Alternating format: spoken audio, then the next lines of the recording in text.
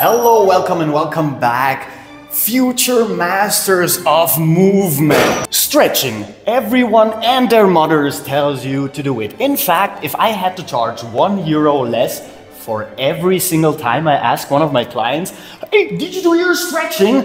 I would have to charge negative money. Yes, I can be very annoying when it comes to mobility work and not neglecting it. And I'm pretty sure you can see that from the type of content that I do. And there is good reason for that, because stretching and working on your mobility is not something to be taken lightly. In fact, the benefits are myriad, and the problems you're gonna have if you do not do it are gonna be far worse than what you could ever imagine.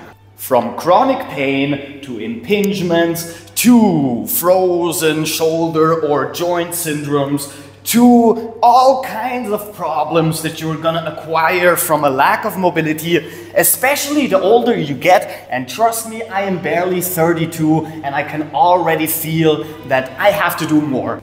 But here is the crux of the situation. What type of stretching do you do? Do you go for static stretching or for dynamic stretching? Do you work ballistically? Maybe you use reciprocal inhibition. Maybe you do passive stretching. There are so many things you could do and so many things you could do wrong.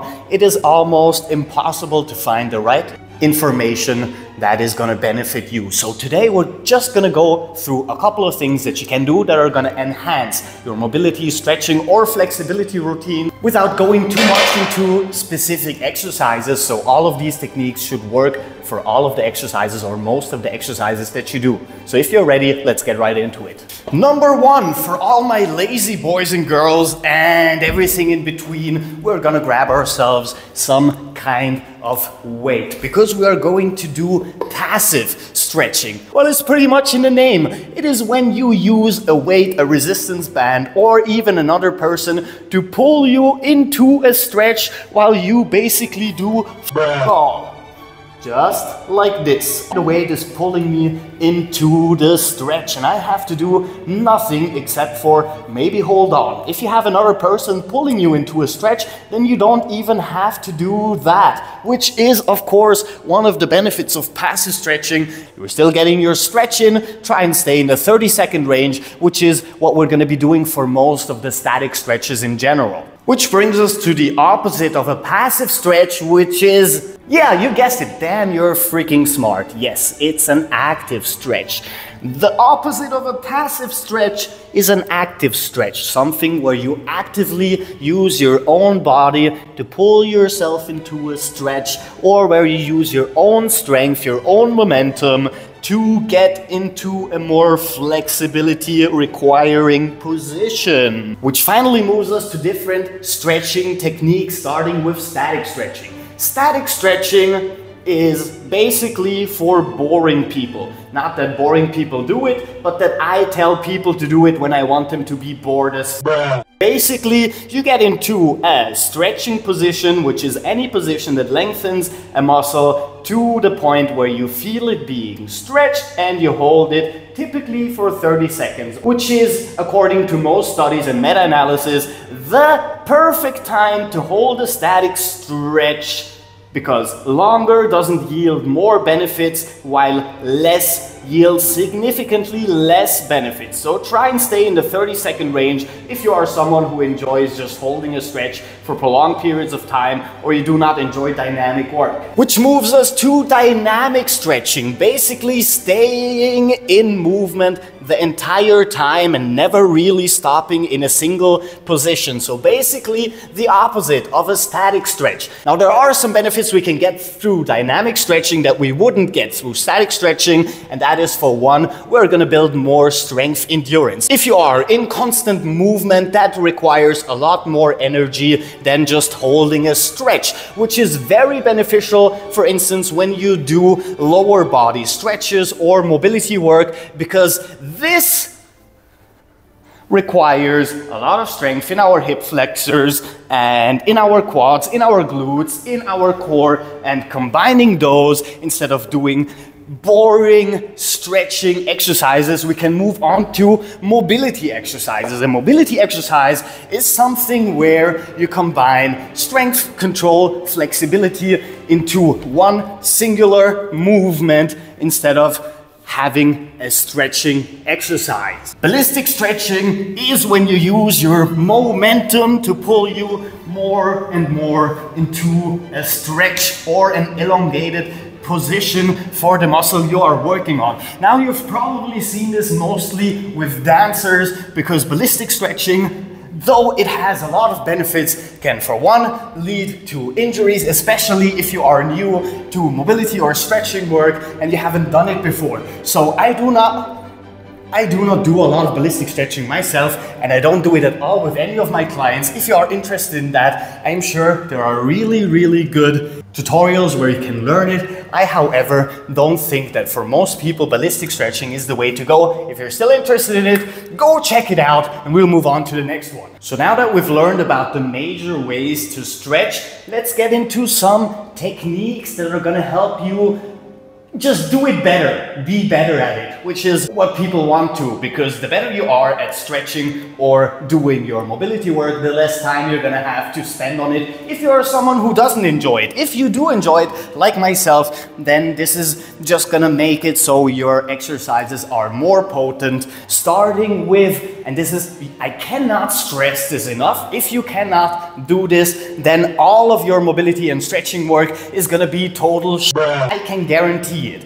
And that is relaxation. Most of the people I work with are very smart people, have a lot of work ethic, but they do not know how to relax whatsoever. You can literally see the tightness in their body, and this is very detrimental to our stretching goals, because we want to be fully relaxed to bring ourselves deeper and deeper and deeper into a stretch. Because believe it or not, most of stretching is in your head. There is a lot of constraint and there is a lot of inhibition from your nervous system, because it wants to keep you from pulling too much on your musculature until it tears apart. So to keep you safe, there is a lot of spindle neurons giving us feedback on if we can pull deeper into the stretch and if we should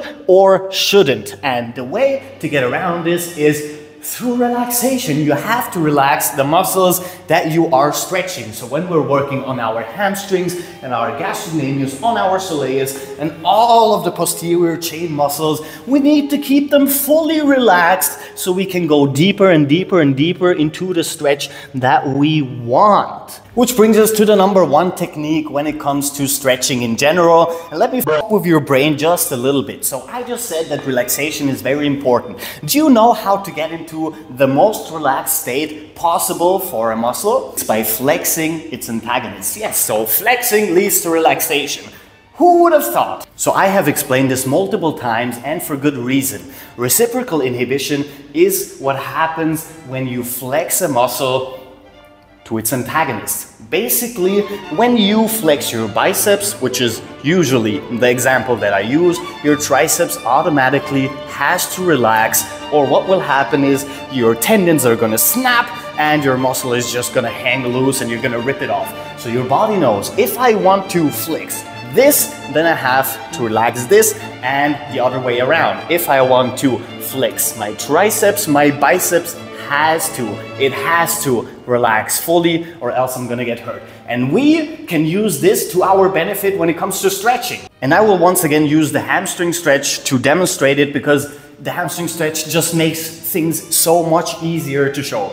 Basically, what I'm doing here, now I'm fully relaxed. I am not flexing anything. Not my quads, not my hamstrings, nothing. So now I want to lengthen my biceps, lengthen my gastroc, my soleus, and have a nice little stretch even in my glutes and in my spinal erectors. What do? I flex all of its antagonists. So the antagonist for our posterior chain is our anterior chain. So let's start at the very bottom and work our way into a deeper stretch just through flexing the antagonist, starting with the tibialis. When you flex your tibialis, you pull your legs further to the front, meaning you flex here, and this is going to change your angle to the ground. So this is the first one. Next up, we have our quadriceps. Flexing our quadriceps will pull us deeper and relax our hamstrings. So tibialis flexed, gastrocnemius relaxed, quadriceps flexed,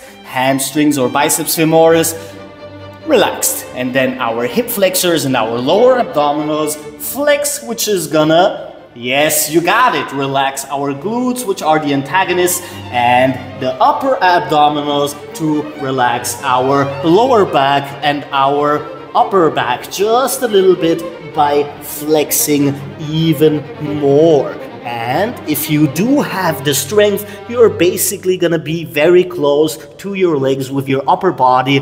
And if you want to, just the tiniest bit, you do not release those muscles at all, but you can grab on just in case and help just the slightest bit, just a little bit. Don't overdo it. You need to keep the tension up here very much tight so all of this stays fully relaxed. And now I'm basically in a complete pike position, and all I did was flex the muscles instead of having to pull myself down and pulling on something and needing something to grab onto. This, though it needs a lot of control over your body, is basically the easiest way to relax all the musculature you want to stretch, and that goes for everything. So if you want to stretch the rear delt, you can flex your chest, pull it in. If you want to stretch your chest, you can flex your traps and pull your arm back. This is going to relax your pecs more, and then you can pull back even more. So now that we know all this, you can basically use whichever of those techniques and those stretching or mobility techniques that you enjoy the most. Just play around with them. Maybe you enjoy static stretching because it helps you to just sit down for a minute or two and just feel the pull. Maybe you like dynamic stretching because you do build insane amounts of endurance with it. Maybe you do like ballistic stretching because you enjoy using your body's momentum to pull you deeper into a stretch. Maybe you enjoy passive stretching because you just want to lay there and enjoy the feeling of pull without having to do anything yourself. Whatever it is, I'm pretty sure that at the very least you learned something today. And if you did, don't forget to like and subscribe. And I'll see y'all tomorrow because we have new videos every single day. Captain Cairo, peace out.